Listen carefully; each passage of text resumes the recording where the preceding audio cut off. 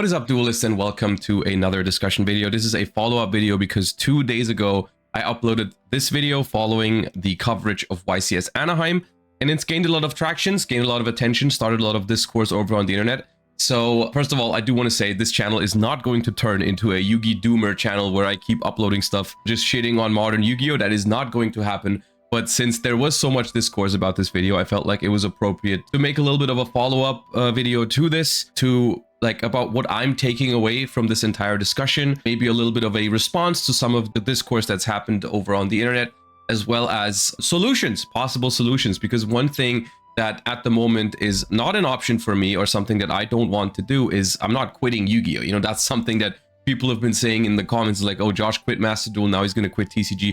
I didn't quit Master Duel. I'm taking a break from the full power Malice format, but I am also not planning on quitting the TCG anytime soon. But I do want to talk about some of the things that I'm taking away from this whole discussion and what it means for me moving forward, and some outlook on the game as a whole, and, you know, Genesis format compared to modern, and what I'm gonna do, and so on and so forth. One of the most important takeaways for me from this entire discussion is that this entire topic, I feel like, resonated with a lot of people in the community, and that I am happy to put some attention onto that thing. Of course, this has been a topic that's been around for, you know, it's not the first time that's been brought up. You know, I'm not like the first one to ever say, like, you know, floodgates are a problem in Yu-Gi-Oh! Or sometimes combo boards get out of hand in Yu-Gi-Oh! Or whatever, you know, but still, I felt like it was important, and once again, I want to repeat that it's coming from a place of love for this game, and I want this game to succeed, which is why quitting at the moment for me is not an option or a solution. You know, I want to play Yu-Gi-Oh! And that is precisely where my frustration came from, is when these non-games happen and Yu-Gi-Oh! Is not being played. Because here's the other thing, I don't hate modern Yu-Gi-Oh! I actually like modern Yu-Gi-Oh! I'm a big fan of when Yu-Gi-Oh! Is being played, which is precisely my criticism with those kind of cards, with those kind of interactions. When a card says, you know, your opponent is not allowed to play Yu-Gi-Oh! Even if it's just for a turn, in a faster environment, which modern Yu-Gi-Oh! Definitely is. I'm not going to deny the fact that, you know, power creep has happened and Yu-Gi-Oh! Games are faster now. But when a lot more game actions are condensed into like fewer turns, then a card that maybe was printed in a time where Yu-Gi-Oh! Was a slower game that allowed you to maybe skip one of your opponent's turns, maybe that card was okay once in a while, or like back in the day. But nowadays, it's not anymore because the game has changed. And so I want to talk about maybe solutions, and also trying to stay realistic, because obviously something like, oh, ban every single floodgate is also something that some people have said. But I want to join in on that discussion as well, where, you know, some people have made the argument of like, oh, if you ban some floodgates, then people are going to play other floodgates. You cannot prevent this because they've made way too many of these cards. They're not going to put all 200, 300 floodgates in Yu-Gi-Oh! Onto the ban list, because that would make the ban list way too bloated, and so on and so forth. So here is my response to that particular argument. I do think that there's a difference in quality between floodgates, plain and simple, and there's a reason why certain floodgates are more popular than others. And that is obviously because they are more reliable and they finish more games on the spot. And I think if you ban these kind of cards, then if people start resorting to other floodgates, then you can either go after those, or you can say that's fine because those floodgates are not being played at the moment for a reason. You know, like, people are playing cards like Dimensional Barrier for specific reasons, which is that it's not outable. You cannot answer a Dimensional Barrier except for very, very niche exceptions, like, I don't know, a Psyframe Gear Epsilon, when you happen to have no monsters when they activate it or whatever. But for the most part, lingering floodgates in particular, in my opinion, are one of the biggest problems in modern Yu-Gi-Oh! Because they are not outable even in the slightest. And I'm not saying that a card like There Can Be Only One is okay or whatever, but at least it's been limited, so it doesn't happen quite as often.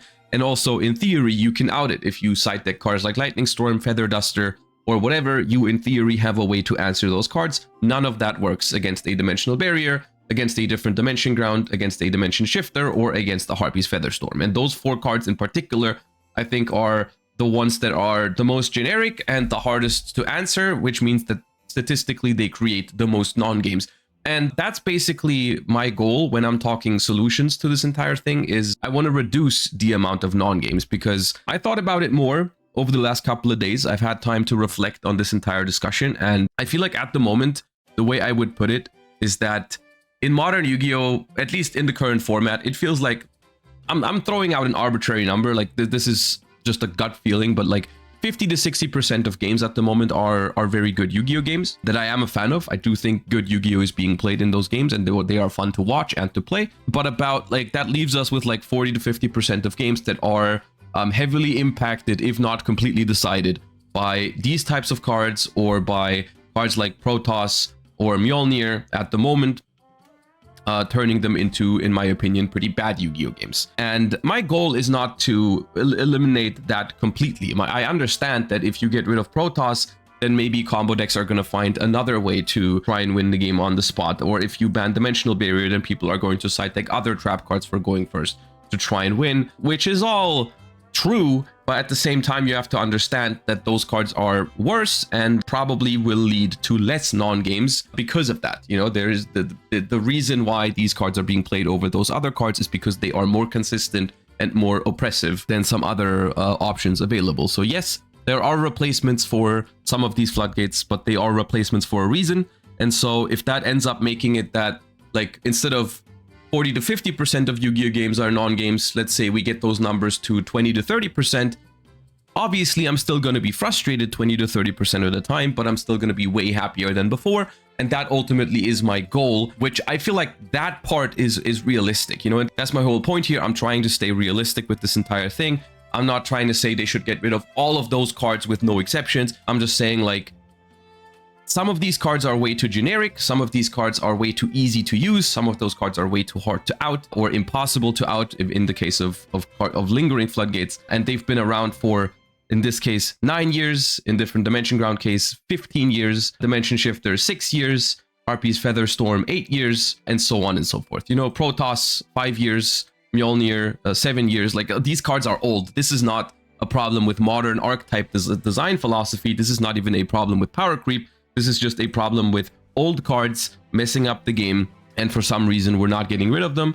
And I honestly think if we just get rid of these 4 cards, Shifter, Dimension Ground, Barrier, Harpy's Featherstorm, you have a majority of lingering floodgates out of the game, which is already a huge step in the right direction. And if we then just get into a mindset, I'm talking from the perspective of like the ban list designers, if we get into a mindset where we properly handle these searchable floodgates for combo decks, because that's a whole other topic. You know, I think strong combo boards, I'm not the biggest fan of combo decks, you guys know this, but I can accept combo decks being in the game because there is counterplay to them. You know, like you can play hand traps, you can play very powerful board breakers. You know, they've made cards to combat combo decks. You know, we have Dark Ruler no more, we have Super Poly, we have Evenly Matched, we have Lightning Storm, we have Raigeki, we have all of those cards, but they are completely invalidated by the ability of combo decks to lock you out of playing anyways, right? So like, what's the point of having a Forbidden Droplet or a Super Poly or whatever when you cannot summon anyways because of an effect that they've applied the previous turn before you can even attempt to break their board? And so I think they should just handle these cards harsher for sure. Like that is my compromise basically, is like, I'm not asking them to ban every single floodgate. I'm not asking them to eliminate combo decks because I accept that they are part of modern Yu-Gi-Oh! But I think searchable floodgates and lingering floodgates are certainly something we could get rid of. I don't think that's too much to ask, personally. I don't think that's too much to ask. I'm going to keep playing Yu-Gi-Oh! But I will say that for the time being, like sometimes when formats happen, and I understand that this is like a cyclical thing, like in some formats these cards are a problem, and in some formats they're not, because it just so happens that maybe once in a while you have a format where there's a bunch of decks that don't lose to Dimensional Barrier, and so people don't play Dimensional Barrier, right? Like Vanquish Soul was a great example of this that people have brought up, and they said, like, you know, Vanquish Soul was good for the game because it was immune to a lot of these floodgates. You know, Vanquish Soul didn't in particular care about Protoss because it has so many different attributes, didn't care about the barrier, didn't really care about cards like Shifter or Different Dimension Ground, and so as a whole, Vanquish Soul created a more healthy type of gameplay in general, which I agree with, but I also feel like it's kind of weird that we have to wait for an archetype that's immune to those floodgates just for the game to be healthier. I feel like if you identify this as a problem, or if you identify like that people have to keep playing certain decks just to not get floodgated, I feel like at that point you still reach the conclusion that, you know, we could have this all the time and not just when Vanquish Soul is meta, for example, right? Like we could have this more often and we would all be happier. Next argument, people have been saying floodgates need to exist to a certain extent because there needs to be something for more casual or weaker players to have a chance at beating better opponents every once in a while, which, sure, fair enough. And whether I agree with that logic or not, I guess that it does make sense, you know, like you want to incentivize people to play your game, and winning is fun. And so you even people that maybe have just started or people that are a little bit worse of a player want a chance to win. I understand that. That's fair enough. But once again, like I said, there are replacements for these cards, weaker replacements that are going to offer them less of an auto win. You know, every once in a while, you're going to activate a floodgate, but it will get lightning stormed or whatever. And then you're still going to beat better players than you with those cards sometimes, but just not as consistently. And so once again, I think the compromise here is to not get rid of all of the floodgates, but to show some willingness to handle the cards that have been way too oppressive and way too generic for format after format after format after format, right? So the ones that I'm bringing up here, it feels inconsistent, right? Because we acknowledge that Shifter is good enough to be limited, but different Dimension Ground, Dimensional Barrier, Harpy's Featherstorm are all running free at 3, right? We recognize that Paradise Smasher is a problematic card because it locks the opponent out of activating monster effects the next turn, and rank 5 decks are doing it very consistently.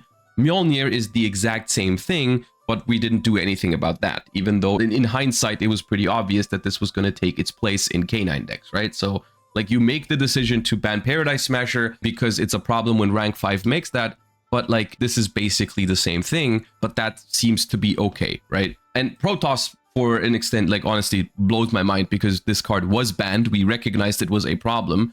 Nothing has changed since then about the toxicity of this card. We brought it back to, I don't know, you can argue maybe buff rogue decks, because in the beginning it was like, I don't know if maybe it was meant to support yugioh, because that was a deck with like 3 different types or attributes rather. But like in the beginning, maybe you can argue, okay, we want to give a chance to Ritual Beast decks to compete with Snake Eyes. And that was for the most part what Ritual Beast did in the format. But then, right, this card became meta real quick when Ryzeal decks started picking it up. And so like it didn't even help the rogue decks. It was actually just something that the meta decks used to lock each other. So we should have reverted the Protoss limit really quickly, in my opinion. So this stuff needs to happen faster, is basically what I'm saying. Like, some of this stuff is not handled and some of this stuff is handled way too late. And so my suggestion for a solution is just literally get rid of lingering floodgates. I'm willing to accept some continuous floodgates in the game if that's what they think is necessary, but this stuff needs to go. And cards like Protoss, whenever a combo deck pops up that searches a floodgate or searches a turn skip, I think that needs to be handled basically immediately. So, and that brings me to another topic, which is the frequency of ban lists. Like, I personally don't understand. Like, we have a very powerful balancing tool at our hands here with the ban list, and we are using it way too infrequently. Like, I do think that something like an emergency ban list, even though now we're getting into a more wishful thinking territory, but I don't think we should be in wishful, like, basically, I know this is wishful thinking, like saying we need an emergency ban list right now, because I honestly don't think it's going to happen, but I feel like it's frustrating that is what that is considered wishful thinking, right? Because that I think something like an emergency ban list shouldn't be wishful thinking, because I feel like everyone would agree that it would be a healthy thing to do, that if a game designer decides to be like, okay, there's a lock for rank 5 decks at the moment in Paradise Smasher, we're getting rid of that because we don't want the rank 5 decks to skip the opponent's turn, right? And then someone discovers or brings up a completely new lock that still works for rank 5 decks, and that is now basically doing the same thing as Paradise Smasher did. I feel like everyone would agree that the game designer should step in and be like, yeah, we didn't want this to happen. That's why we banned Paradise Smasher, so we're going to give you a quick emergency ban list and also get rid of Artifact Mjolnir, for example. That would be a super healthy move for the game, and it would be super well received by the Yu-Gi-Oh player base. At least the majority is what I'm gathering from my responses in that latest video. So not only is that something we should do more often, but it would also be very welcome, I feel like. And so TLDR, basically, I'm not asking them to ban every single floodgate. I'm just asking them to ban the more outrageous one, the most consistent, the most generic ones. And for me personally, this does not mean that Yu-Gi-Oh as a whole is bad. That was not my intention with that video. I don't think modern Yu-Gi-Oh as a whole is cooked. I think Yu-Gi-Oh is very fine as a game. It's a very, very fun game at its core. I just wish it was more consistent at that, basically. I wish that a higher percentage of Yu-Gi-Oh games were Yu-Gi-Oh games, at least to what I'm interpreting as a good Yu-Gi-Oh game, and I understand that is also subjective. But I just feel like whenever these cards are involved, it's a worse Yu-Gi-Oh, and I want them to fix that, because that is a little frustrating, especially with for how long these cards have been in the game now. Genesis format is probably the most mentioned thing in those comments of this is the thing that you should do now, Josh. This is clearly what you are looking for. And I'm gonna be honest with you, I feel like this is partially the reason why Genesis format has been invented. You know, I think there are two main draws for Genesis format from Konami's perspective for inventing Genesis format is like they want Genesis format to be a place where players can play without links and pendulums to reduce power level and complexity of the game. And they also clearly want Genesis to be a place where some of those cards are way too expensive to even see play. You know, most of the lingering floodgates that we've just talked about have 100 points in Genesis. Dimensional Barrier has 100 points. The only exception is Different Dimension Ground, which only has 10, quote unquote. But Protoss is 100 points and Featherstorm is also 100 points. So they do understand that, you know, there's a majority, or there's definitely a large group in the player base who does not like to play with these cards, and so they are heavily putting points on these cards in Genesis format and more of those kind of cards, right? And so yes, in its core, I personally do think that Yu-Gi-Oh! Genesis promotes a better Yu-Gi-Oh! Than the Yu-Gi-Oh! Advanced Constructed format, and I do think that that is their goal with Genesis format, which makes me very attracted to Genesis format. I really want to play Genesis format. However, I'm also a very competitive person. And so the thought of traveling to a YCS to then not partake in the main event, but instead just play the Genesis public events, which for most YCSs, they're going to be a big public events with big prizes, but they're not going to be the main event, right? And as a competitive person, I would like to play the main event. So we'll see how this develops. We'll see how Genesis is received. We'll see how big Genesis tournaments are going to get, and we will see how frequently we are going to get Genesis YCSs. But currently, I can 100% see myself enjoying Genesis more than Advanced Constructed, which could eventually lead to me preferring to participate in Genesis tournaments over Advanced Constructed tournaments. But that is not something I necessarily want to happen, especially if, like I said, the main event at a YCS is going to be Advanced Constructed and the public events are going to be the Genesis ones. I would rather play the main event, and I honestly don't understand why, if we're identifying these problems in Genesis format, we cannot also apply at least some of it in Advanced Constructed, right? Like, I think in an ideal world, both of those formats are as good as they can be, and both of them should, in my opinion, be a viable option to play and to enjoy. I mean, if floodgates are the thing that sets Advanced Constructed apart from Genesis, then I personally am going to prefer Genesis over a longer period of time if it ends up providing the necessary tournament structures for me to play it competitively, you know? This is something I cannot possibly say at the moment on what's going to happen with Genesis format, you know? Like, if, once again, if this pops off and ends up being even from the competitive perspective, an actual alternative to a YCS main event, then I could see myself playing Genesis in the future, who knows? But I also, here's the thing, I've been feeling pretty positive about a lot of things that have been happening in Advanced Constructed, and that is, I felt like there was a lot of good movement in 2025, and I don't want that initial video that I made 2 days ago overshadow that by too much, because there was a lot of good things that happened in 2025 Yu-Gi-Oh! You know, they fixed pricing, the archetype designs are, for the most part, I'm a big fan of the new archetypes in 2025. Directions that the game's been going in have been good, and the ban lists, with literally the exception of floodgates, in my opinion, have been pretty solid. And so I have hope, which is why I made that video. If I didn't have hope for the TCG, I suppose I would quit, but I do have hope for it to get better. I do think that they are at least hearing some of our complaints, which is why I'm making complaints. You know, I'm making those complaints because I want the Advanced Constructed format to change. I don't want to just switch over to Genesis because I have to, like, you know, I don't want to accept the fact that, like, Advanced Constructed is never going to change in that direction, because that's not the point I'm at the moment. I understand that a lot of people in the comment section have been at that point. They've just given up on Advanced Constructed, and that's why they've moved to Time Wizard or Genesis or even other card games, and have been telling me to do the same thing. This is not where I'm at yet with my mentality about Yu-Gi-Oh. This is not what I want to do. This is not what I feel like doing in the current moment. I am voicing my concerns with Advanced Constructed because I believe it can be better, and I want it to be better, and I want to play it. But Genesis format is also something that I want to play, and I will be playing it, and there will be content on Genesis format as well. By the way, I've made a video about my YCS Lil experience, my YCS Lil deck profile, and also in that video, I've talked a lot about how I'm handling the fact that I didn't do well at the YCS, and you know, how to deal with that mentally when you, I don't know, you did worse than you thought you were going to do. And that's been postponed a little bit. I apologize for that because of this entire discussion going on. I'm still going to upload that. It's going to be this Friday, and I hope you guys still enjoy that, even though it was recorded before YCS Anaheim. So some of the tone in that video is going to be different from what you might expect after the discussion we've had this week.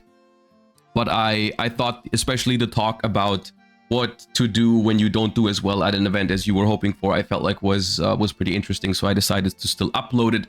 Essentially, this is going to be it from me towards this entire topic. You know, I don't want this channel to turn into a modern Yu-Gi-Oh! Doom posting channel. We are going to go back to regular content about the TCG, about Genesis as well, because I haven't given up on Advanced Constructed Yu-Gi-Oh! I'm not quitting. I'm not going anywhere. I just wanted to voice some concerns because I feel like that's what I should be doing as someone with hopefully a voice in the community, so they can know what they need to improve for us to enjoy the game even more.